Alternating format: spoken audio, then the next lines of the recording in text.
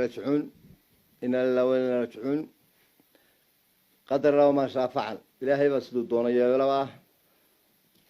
كور مغرب كيا وحنين عسكرية حبتك كذا عذا إبراهيم عبد الشكور إبراهيم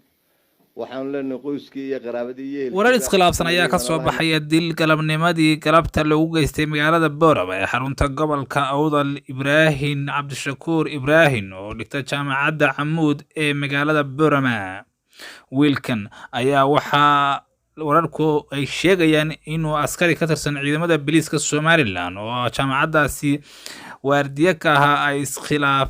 iskhilaafeen arday ka tirsan jaamacadaasi gaar ahaan kulliyadda injineeriga sanadkii labaad dhiganayay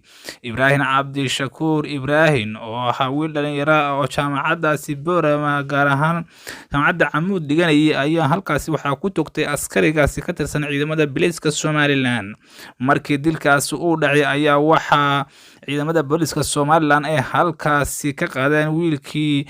maydkiisii iyagu ogaya cusbitaalka guud ee magaalada Boorama askarigii ka tirsanaa ciidamada booliiska Boorama ayaa halkaasi xabsiga loo taxaabay oo ciidamada booliiska Somaliland ay ku sameeyeen baaritaan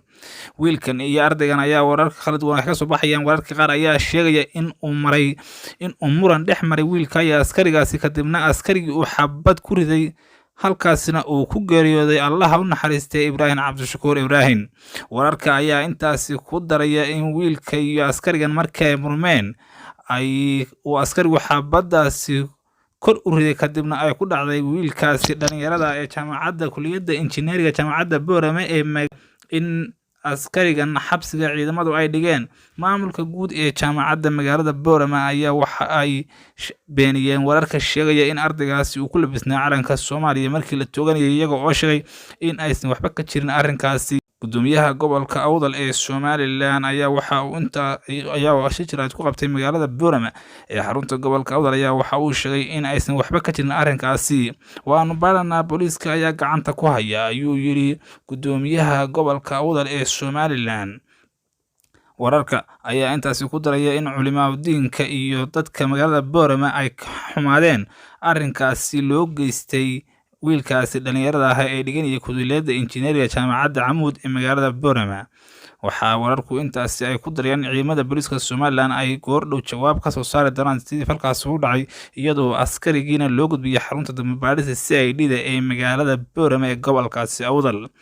waxaa wararku intaasi ay ku darayaan in askariga iyo wiilka dhintay labadooduba ay ka soo jeedaan gobolka Sanaag barigiisa iyadoo oo gudoomiyaha gobolka Awdal ee Somaliland arrinkaasi uu xaqiijiyay warbaahinta waxaa wararku qaar intaas ay ku darayaan in ciidamada booliiska Somaliland ay waardiye ka hayaan askarigii falkaasi u geystay wiilkaasi dhalinyarada baraha bulshada ayaa waxay caawa si weyn loogu falaqeynayaa in ardaygaasi uu ku labisnaa calanka Soomaaliya iyadoo maamulka jaamacadda Camuudna arrinkaasi ay beeniyeen